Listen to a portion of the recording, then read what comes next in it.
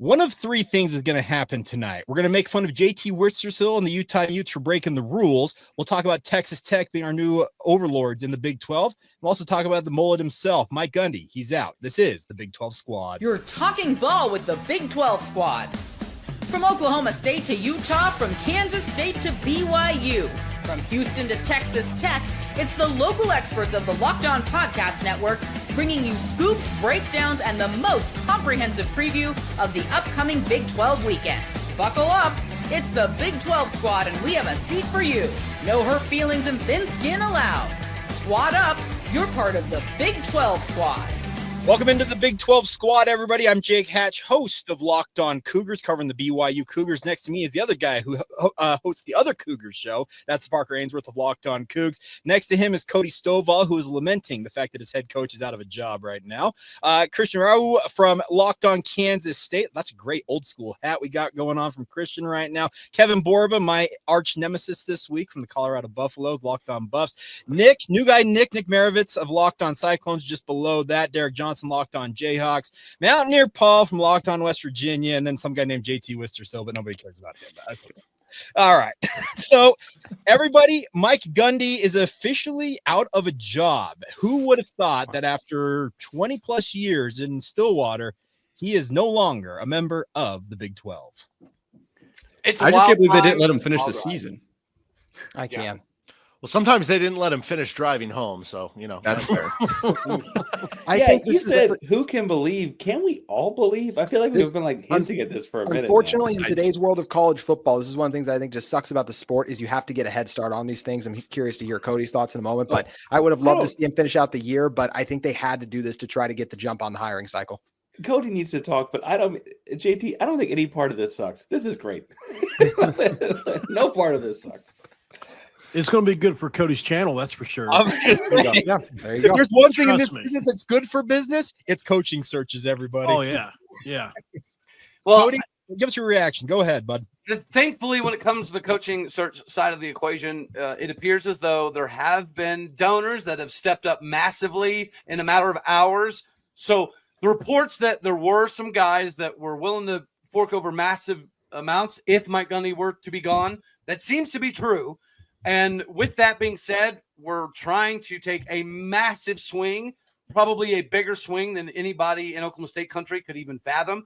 But as it pertains directly to Mike Gundy, listen, I've had some things to say about Mike Gundy from 2022 on and some of the things that he's done that has put Oklahoma State behind the 8 ball.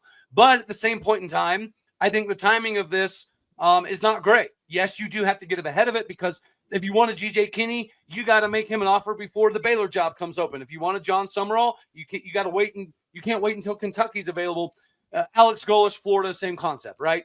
But the flip side of that, and I feel bad for the players because this has hit them like a ton of bricks, and a lot of them feel like this particular season is not on Gundy. What has happened to get us in this position is on Gundy. But the failure of this particular year is not on Gundy, and some of the players, a decent number of the players, are not happy right now in any capacity. Cody, I have a question. Just because there was like this report that I saw today, and it was like, or Mike Gundy yesterday. We'll go back to yesterday. He said he's going to finish out the season, and then like literally 24 hours later, they're like, "You're fired." So what changed in those 24 hours? Was it his sort of cockiness that he was going to keep the job, or was it just something that he said behind closed doors? Because he did throw out there that he had 3.5 years on the contract. I'm being told from the conversations we had Saturday, even on Cam's show, Mike Gundy knew what was happening. Mike Gundy knew Saturday night that this was pretty much a done deal. I haven't confirmed this part, but I have heard that he was supposed to say something about it yesterday. He chose not to. He chose to force Oklahoma State's hand today to make Oklahoma State look like the bad guys. If that is true, that last amount of gamesmanship on his way out, it's equal parts funny and slightly concerning, right? It's Mike Gundy. Arguably the best game plan he's had in probably 2 years, right? he knew they weren't going to do it on the I anniversary can't of the even I'm a argue Man that. speech. do you think he gets another coaching job, or do you think he goes like to TV? Gosh, No. He's got to go to TV. I don't know. I think he'd be pretty entertaining. He Might be wants good to at coach. sports now. Somebody was quoted today talking to Cale Gundy. What do you think of your brother? And do you think he's done coaching? And his exact answer was, hell no, he's not done, and I'm coming with him. So wherever Mike Gundy goes, evidently it's going to be a package deal with Cale Gundy. Anybody want to call their shot? What about UAB? Cody. So he ends up going, GJ Kinney goes to Oklahoma State and Mike Gundy goes to Texas State. How about that? That would be a trade that I think all of us in Cowboy Country would definitely sign up for.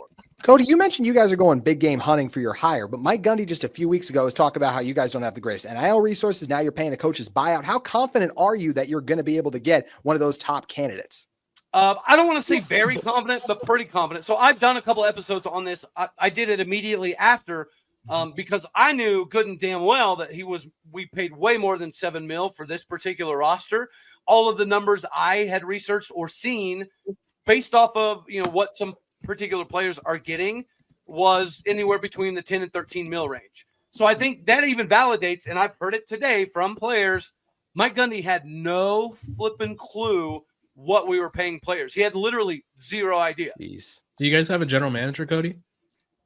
That's a touchy subject. We kind of do. We have somebody who is trying to be a GM that is, in my personal opinion, causing more harm than good, but that's a different topic for a different day.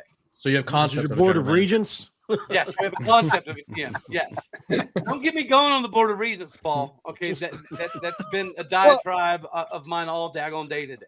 And that's the thing about that, Cody, is he was at war with the regents last year. And to your point, does he just decide, you know what, to heck with it? I'm gonna fight these guys tooth and nail. They're gonna have to force me out. Well, that's obviously what happened, right? Because again, I know Gundy was in the meeting Saturday. Yeah. I know at 7:31 p.m. Mike Gundy was fully aware of what was about to take place, and we all expected him to mention it Monday, and it didn't happen. So I do think that was the final shot across the bow for Mike Gundy. I do appreciate that they allowed him to go speak to the team today. I was just on the phone with a player right before we got on here, and it was not good. The locker room's not happy. There was a lot of tears. There was a lot of anger. Is there going to be some players that don't really care? Yes. And those are probably the players that we don't necessarily need on the team or on the field anymore. There is a cancer in the locker room. Part of that is on Gundy, sure. But part of it is just simply the fact that we have more guys concerned about jewelry, NIL, all this other crap than Oklahoma State University. They don't care about Cowboy culture. They don't care if we win another game all flipping season. To me, that is the biggest problem. So if we're going to have a portion of a mass exodus, those dudes need to go first because they do exist. They are out there, and our coaches know exactly who they are. Cody, I want to ask a question. I feel like you've done a good job outlining how they've kind of controlled the state of Oklahoma recruiting as of late. Part of the initial fallout was like a bunch of recruits decommitted because they'd committed to a Gundy program. Is it important to name a guy pretty quickly to bring those guys back? Is it possible to bring those guys back? That was frankly, felt like a big win for a program that hadn't had one in a while. No, you're 100% right. This is hands down. It's not even close, Parker. It's by 13 solid country miles, the best in-state recruiting we have ever done. Like, we had the number 1 ranked recruit, the number 3, the number 4, the number 6, the number 9, the number 12. We dominated OU in recruiting, and now it's going to kind of fall apart. So I do think that it's important that we name the right guy, but Chad Weiberg did mention this today in his announcement that he'll be back for 4 more years, is we are paying attention to the timing of it, but not at the expense of finding the right guy. So if we're going in after an NFL dude and he's agreeing to it, then it's probably going to be well past December before we have an announcement. If that's the case, we're going to lose this class no matter what. Well, I had a question about that because Weiberg said they're not really worried about the short term. They're worried about the long term, 2, 3, 5 years down the line. Isn't that a disservice to the players on the team right now? Yeah, I think that was him kind of covering some flack for himself, because I can tell you the sentiment being right now is if we're bringing in a 3 to 5 year project, this is a disaster and we're going to end up in the Pac-12. I think that we do have to, and again, I think that there's validity to this because we're hearing that we're prepared to financially take a massive swing. Okay. I only think you're doing that if you know you have to win now. Does that mean we have to win next season? No. But I think if you look what Lance Leipold did at KU, you look what Willie Fritz has done at KU, and even to some degree climbing at K-State, you don't have to win immediately. But year 2, year 3, in today's age of college football, you have to show significant signs of improvement. So I don't think that Chad Weiberg is willing to take a step backwards. We're not going to go with a hire that is a project. If we have a coach that isn't successful in 3 years, I would imagine year 4, we're coach searching again. All right. So, is there going to be a statue? Is there going to be a statue? Yes, 100%. You want a splashy hire. You want somebody who's been a sitting head coach. You want someone with experience. What if I could guarantee you somebody who used to coach at Oklahoma State and Kansas in the Big 12? Yes. Miles. Oh, gosh. Offensive coordinator Charlie Weiss. I'll put it to you this way. When Mike Gundy got the job in 2005, the first thing he did was kick 25 players off the team because Les Miles ran a pretty loosey-goosey ship in Stillwater, America. We don't have time for loosey-goosey anymore. If we can't drive down the road with a couple beers 1,000 times anymore, then we can't handle loosey-goosey no more either. Okay, so Cody, I'm just saying from the BYU perspective, I wish you the best of luck in trying to find your Kevin Young. That sounds like something they're trying to do in Stillwater. All right, coming up next, JT's favorite subject, acknowledging that Texas Tech is better than Utah. No. Today's show is brought to you by our friends over at DoorDash. Now, who delivered this week in the Big 12? We're giving it to Texas Tech quarterback Will Hammond. There's no doubt about that. He obviously had the big game coming off the bench to lead the Texas Tech Red Raiders to the big win over the Utah Utes. Absolutely electric performance. Big 12 player and freshman of the week. And if you've been watching week after week, Texas Tech looks like they're the class of the Big 12. They are absolutely on a streak. And just like Will Hammond delivered for Texas Tech, DoorDash delivers on your Saturdays with DoorDash streaks. Every Saturday you order, you can stack it up all season long and save up to $250, including $100 in DoorDash credits. Order this Saturday. Keep the streak alive. Fuel your game day only with DoorDash. Terms apply. The promo period runs through 11/18. Today's show is also brought to you by our friends over at FanDuel. The NFL season is here. It's time to get in on the action. They have a can't-miss offer for you as a new customer. You bet just $5, and if your bet wins, you get $300 in bonus bets to use across the app. Best part about FanDuel, it fits however you like to bet. Player props, the same game parlay, whether you like to do live action, you want to do over-unders, no matter how you like to bet, they've got options for you guys to make every game more exciting, whether you're watching your favorite team or just keeping an eye on your fantasy lineup. It's quick, it's easy, and it's the best way to add a little more energy to your Sunday. So you're ready to play? Download the FanDuel app today by visiting FanDuel.com to get started. That's FanDuel.com to place your first $5 bet and cash it in with our friends over at FanDuel. All right, JT Wistersill, it is your time to lament the fact that your Utah Utes have to bow down to the Texas Tech Red Raiders. Ready? No, I don't want to. I don't want to. No, they are. Texas Tech's the best team in this conference right now. I think that was clear with what they were able to do on Saturday. I think they have the most impressive win so far, going into a place like Rice-Eccles Stadium, dominating the trenches against a team where, say what you want about this Utah team, it feels pretty clear to me that they have a really good offensive line. Say it right, JT. It's Bryce-Eccles. Rice-Eccles. You say it right. Well, Tech can call it whatever this level like this. Tech can call it whatever they want after what they were able to do. I don't want to get still spinning after that thumping. Lubbock West. That's what we're going with. Okay, got it. I was really impressed with this Tech team. I think their trench talent is insane. That defensive line is nasty. The fact that they won the line of scrimmage against Utah, I think should scare a lot of other teams in the Big 12, especially their defensive line beating our offensive line. That's a problem. I think Tech looks really good. And it's funny, they might even have a quarterback controversy on their hand because of what their back was able to do. Okay, so JT, that brings up a point. You and I were sitting there at Big 12 Media Days together. And I got up and asked Kyle Whittingham the question, is this the best offensive line in the country? He said, well, I haven't studied them all across the country. This is the best offensive line I've had at Utah. What does that mean that Texas Tech went in and controlled the trenches against a vaunted offensive front? Well, two things. Number one, I don't know. I still am a little surprised that Kyle said that, considering the interior offensive line was not fantastic last year. Those two tackles are as advertised, but the interior had issues, and Lee Hunter dominated the game on the interior for Texas Tech. That's part of the reason Utah could not run the ball. But I do think it's just, look, Tech, I mean, that's part of the reason all those NFL scouts were in attendance, right? David Bailey, Romello Heights on the other side, Hunter in the middle. That is a legit, they can go in and beat an SEC, a Big Ten team to me with that type of talent in the trenches, and the rest of the roster is really good too, right? Jacob Rodriguez flying around making plays. Tech, we haven't seen a team come into Salt Lake City and have that type of performance when a Utah team is like a fully healthy starting quarterback, which is obviously something that's hard to come by in a long time. So I was incredibly impressed. Was he fully healthy though? Yeah, was he? Yeah, he wasn't fully healthy.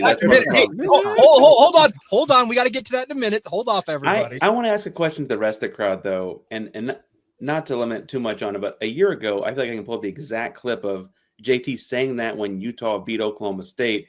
And now we're talking about firing Gundy in the middle of the week in September. is it not? I know there's a gigantic Tech investment. It's also mid-September, and we have a quarterback controversy here in Lubbock. Maybe Utah is not what we thought Utah was, and Utah is terrible. I don't know why everyone was so high on them. We need to stop with this. I said this.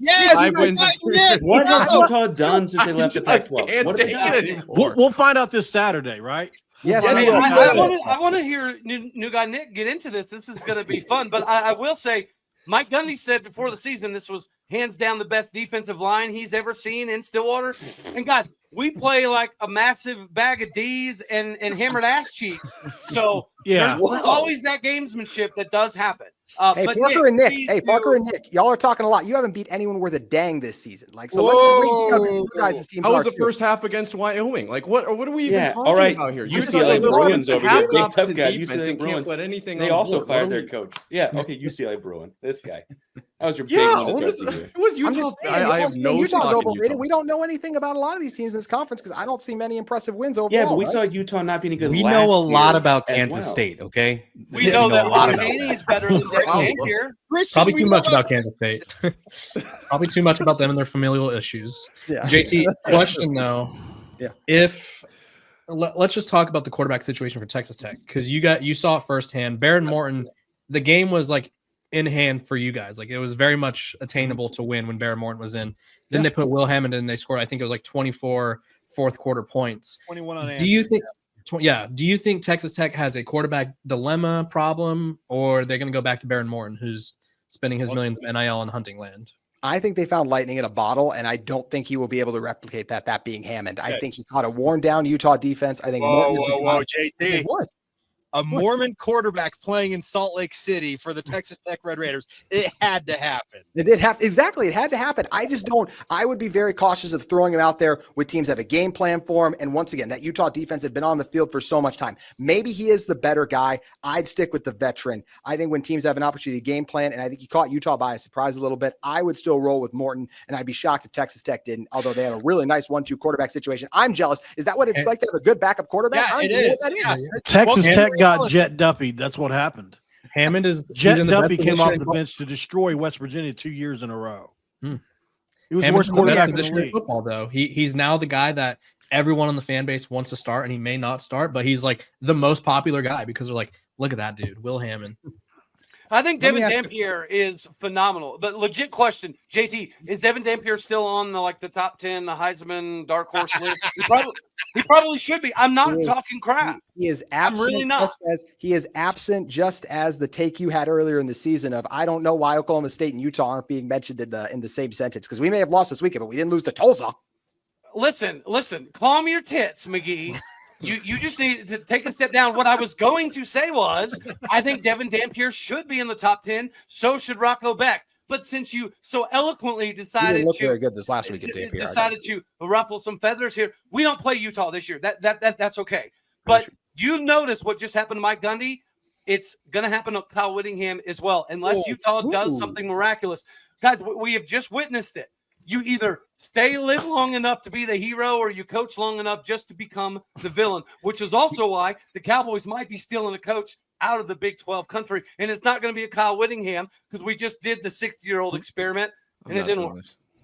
I do think Cody brings up a good point, though. These things. You're darn right, Cody does, Parker. the Nick Saban Why are you two exit friends on your all own of a sudden terms. now? You guys have been at each other's necks the last couple of episodes. I like that better. No, but Nick Saban's exit was very unique in that, he got to pick his time and left kind of without having any blemishes, right? He's like, I don't want this anymore, and just bounce. That doesn't happen. It always goes up. Background last year at Carolina. It always goes up in flames. Mm-hmm. Yep. Kyle Whittingham won't get to leave on his own terms because he's kind of already laid the groundwork that he doesn't want to coach beyond 65. This doesn't feel like flames. I think he turned 65 in November, or he might be 65 already. Well, he's past that. He's past that point of age. So here's what I'll say about Whit. I do feel like if this season went off the rails, I think there would be I don't know if Utah would pull the trigger and fire Kyle Whittingham, but I think there would be a very strong – what'd you say, Nick?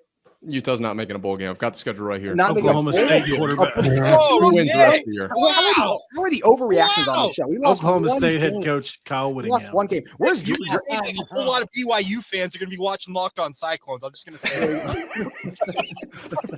I think that Witt will be able to go out on his own terms. But if Utah's a very bad season this year, I think there's going to be conversations of we don't want to let Morgan Scalley go out the door. Because if Chris was here, he can attest how legit that Utah defense was. Yes, the score got lopsided, y'all, but that Utah defense, I mean, they were on the field so much. They were really Can I help? Saturday. Can I help? That's Full exactly circle what this one. happened to This us in topic. Kansas, really. Yeah, let me full circle this one real quick since we go back to Texas Tech. I know Chris isn't here, but this is something that we talked about this entire offseason, right? With NIL spending so much dang money and then they become a favorite right off the bat. Derek, I want to point at you because you just got a $300 million investment for this. So you get to be the expert on this question. Are we going to see more teams do exactly what Booth and Texas Tech have done? Or is this going to the new status quo? No, I think a lot of people are going to do it. I mean, Phil Knight has basically been doing it at Oregon, right? He just does it over like more installments Over and over every year. again. I mean, He if just T keeps- Boone, yeah. if T Boone Pickens were still alive, BYU's got a bunch of people that are investing massive amounts in NIL right now. Yeah. Just ask Cam Stewart about those BYU people. Yes. Ren Baker, the press release we just All put right, out. so we're going to continue to dunk on JT here because apparently the Utah Utes decided to, play fast and loose with the rules. We'll get into that next as the Big 12 squad rolls on. Today's show is brought to you by our friends over at Mazda, moving the game forward. For those who believe it's not just about playing the game, it's about redefining it. These are the moments that do more than put points on the board. They move crowds, move culture, and keep moving the game forward. This week, the moment is, Will Hammond coming off the bench for the Texas Tech Red Raiders as he came off the bench to score 21 unanswered as Texas Tech beat the Utah Utes 34-10. It was an absolutely electric moment, and as such, he won a number of awards: Big 12 Player of the Week, Big 12 Freshman of the Week, and he very well may have Wally pipped his way to the starting job in Lubbock. When you move what follows you, the unexpected is only the beginning. And just like there's more to every highlight, there's more to every Mazda vehicle. Check it out with our friends over at Mazda. We like to say, move and be moved. Hey, I just want to say I appreciate you going from fast and loose straight to JT. How fitting of you, Jake Hatch. Fire away, sir. I have a question for Jake, though, before we get to JT. Because Wolf's been playing time with JT. Is Wally Pip in this instance Baron Morton, or is phrase is he got Wally pipped, but Baron Morton's the Wally Pip in this, right? It's just that's a good point. It very well may be the opposite. I probably should use a different phrase, but that's a good point. Wally picked is whenever you're replaced by somebody that does better than you and never lets. Okay. Well, that's the thought that Will Hammond may be doing that very thing. Right. All right, so JT Wistersill, defend Kyle Whittingham's honor. Go. I can't. I said it was a bad look for the program earlier today, and I stand by that. I don't know what we are doing with these injury reports. I mean, everyone in the conference is going to abide by them, and we want to be the one team that just makes problems. Like, he tries to defend himself by being like, we always knew he was going to play, but he missed multiple practices last week. I don't know what other institution, program, whatever you call it, if there's an injury report, Devin Dampier is at least not probable. You think he's going to play. He has an injury. He's probable. It's not a guarantee that he's going to play with an injury. I thought it's a bad look by Utah. Kyle Whittingham said that if the Big 12 did media injury reports, Utah would abide by the rules. And right away, we see them not doing that. Their injury report compared to everyone else's was a joke. Kyle Whittingham continues to want to maintain this competitive advantage thing. And your competitive advantage worked so well on Saturday. You lost 34-10. This is the part of Kyle Whittingham that I'm getting tired of. I thought it was a bad look for the university. They had to put out a statement yesterday to clarify it. This is a massive distraction. What they need to focus on is improving the product on the field if they want to get back into Big 12 contention. Okay, so there's a photo that was thrown out. I'm going to put it up here. You see that big brace right there on that ankle? That's right. It was deleted last week. That was put out by Utah and then very quickly deleted, but obviously the internet lives on forever, everybody. And they inadvertently just revealed what happened. But to your point, JT, we've got Utah fans. Some of them are upset with Kyle Whittingham because they've gone through 2 years of Kyle, the Cam Rising, Uno Doctor. He's week to week. They're jaded and they hate the fact that he's playing this game. There's other ones who say that he abided by the letter of the law, albeit it says literally in the rules that the spirit of the law is to make sure that you update these reports, as you mentioned. So where does everybody else come down on this? Because I think that Kyle Whittingham, he's trying to game the system, and I think the conference slapped his hand. It's obvious. If you're going to not put him on the injury report, don't use it as an excuse, right? Yeah. Say, hey, we got beat by Texas Tech. You can't say, hey, he had a bum ankle, he didn't get to practice, because then you're breaking the rule, right? Which you vow to abide by. And so don't use it as an excuse if you're not going to use it properly. And he probably still has Cam Rising listed as questionable. Honestly, They should have fined him. They should have fined him. That's all I'm going to say. My grandparents always said that you don't have to remember what you said if you said the truth, and that's something that I think you got to do. And you don't have to remember what you said if you say the truth, and that's something that did not happen at Utah. I can't believe the Big 12's not coming down. I got two thoughts, but one is that I can't believe the Big 12's not coming down harder on this. Just from this is the first time. It's been 2 weeks or whatever, conference games. I can't believe we're already dealing with this. It ought to be more than just. It's like it needs to be something real. I can't believe we're not doing it from that perspective. To that point, JT already mentioned it. Kyle was already saying, well, if they're going to make me do injury reports, I'm not doing a depth chart. He set the ground through this in the preseason. It's just so stupid. And they need to go after him because if they're going to make it a NFL. Coaches in the NFL have an injury report, and those are the best coaches in the world, and all of them have it. It is not a competitive advantage. Like, they're fine. The NFL is just fine. Right. College coaches can do it too. It does feel a little unfair because Rich Rodriguez is out there today talking about Nico Marchiol seeing a specialist in Colorado with this Fritz, but it's like he's being uber transparent, and we're not getting that reciprocated from the team we're playing this week. And you could do the opposite where you put him questionable a week when you know he's really going to play. It's still gamesmanshipy, and you're just being closer to honest. I also think, though, that sports leagues, and this is a show brought to you by FanDuel, so I don't know how uncomfortable we want to get here, but part of this is setting lines. Oh, no, it is. Right? They said that very thing this week when asked about these injury reports. That's college sports, but the coaches can't complain about that because what pays their salary are big coaches can't complain. So much money. That's coaches why they can't complain. But FanDuel and DraftKings, and I guess I should probably only list FanDuel, but they absolutely can because this is screwing with their lines. If they have any evidence that people in and around Salt Lake knew something that did not get revealed when it was supposed to, that could have upset a lot of people's pocketbooks. This should absolutely be a big deal to them. And it's not a big deal to the coaches, although I think the Big 12 should get involved. Those companies are sponsoring and funding a lot of what's happening in athletics, both collegiately and pro. And that's a big deal that they could have lost an unknown amount of money, but it could have been a lot of money if just a few people knew. And if you're going to use an excuse, don't you want it out in the public to begin with? So if you do, you can be like Mountaineer Paul just said, Rich Rod, obviously I'm not trying to pick on you guys, but if you guys lose and it's okay, we're without our starting quarterback. He's been in Colorado for the whole week. And but to your point, for him to come out on Monday and say, oh, by the way, he was injured, it sounds like even more of an excuse to use it Monday after you got your tails kicked by the Red Raiders. Because that could also impact their playoff sort of standing, right? Had the playoff committee known before, hey, Devin Dampier is injured, and Utah got their ass kicked, but hey, Devin Dampier was injured, and then they went out. It's okay, well, their one loss, he was injured, right? They would have factored that in because we've seen them factor in injuries to the quarterback before. Just ask Florida State. Nick, what do you say? I think you have to be considered for the. You have to win a lot of games to be considered for the college football playoffs. So I don't think Utah's got to worry about that. When it comes to the injury report thing, I kind of like that we've already got this going. I know that every one of your points is completely valid, but it is kind of fun, right? We were already gaming the system and it's getting wrinkly. And I don't know what Matt Campbell's going to do because he's kind of one of those coaches too, where we heard this week, Kyle Conrarty's week to week. Well, it could be week to week for the next year. That's kind of how his game is played. So I actually kind of liked it. It was a little bit of a fun little week thing, but yeah, I wouldn't count. But that's within the rules. All you have to do is say probable, doubtful, questionable, or out. If it's week to week and you just say he's out this week, you're within the rules. Right. And if he was technically 100% guaranteed to play, that is that not what it's stated as? The way I interpreted it was they did technically follow the rule, but I do agree with Kevin here. You can't go back now and say, that's why.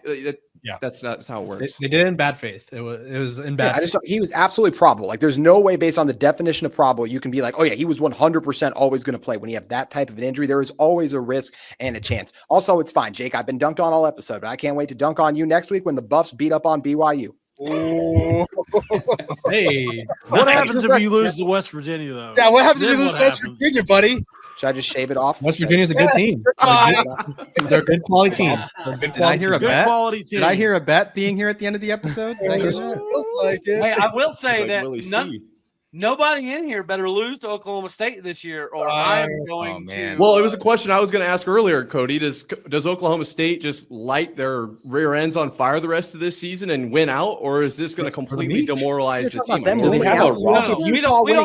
don't think we have enough talent or schematic abilities in coaching to do that. But mark my word, we're going to beat somebody. We're going to upset somebody, and we're going to somebody. Christian knows. Christian there knows. is a higher likelihood that Oklahoma State wins every game the rest of the season than Utah makes a bowl game. Okay. Their offensive line, it was a 10-3 game in the fourth quarter. Y'all are crazy for a quarterback with a bad ankle. Not changing my mind loaded here. Texas Tech team. They had one bad performance. It was the 16th ranked team in the country. We're just out crazy talk, Nick. I hope we get to see. I wish we could see all this. JT unleashed the beast that is Nick Maravets. I cannot believe this is happening. Yeah, JT, I look forward to you trying to dunk on me next week, but we'll dunk on you for sure. We'll talk that. You can't jump that high. When does new guy Nick get to lose his new guy? Does he have to be in the league as long as Gundy? Yeah, it'll always be new guy Nick. I'm sorry. New guy Nick. That's just the nickname. That's just He just started. He just started like yesterday. All right, everybody. Well, thank you to everybody for tuning in. That is Parker Ainsworth next to me, Locked On Cougs, covering the Houston Cougars. Cody Stovall's in the middle of a coaching search with Locked On Oklahoma State. Christian Raul, I don't know what Kansas State's doing over here, but they'll figure it out as they go along. They don't either. Kevin Moore from Locked On Buffs. He and I are mortal enemies, as I mentioned this week. Nick Maravitz from Locked On Cyclones. Right below me, next to him, Derek Johnson from Locked On Jayhawks Mountaineer. Paul from Locked On West Virginia. And, of course, JT was still Where are Drake and Cam? Of Locked On Utes. Who the heck knows? I got asked like 10 minutes before this thing started to host it. So, as always, thank you to everyone for tuning in. I'm Jake Hatch, host of Locked On BYU Cougars. And until next week, this has been the Big 12 Squad.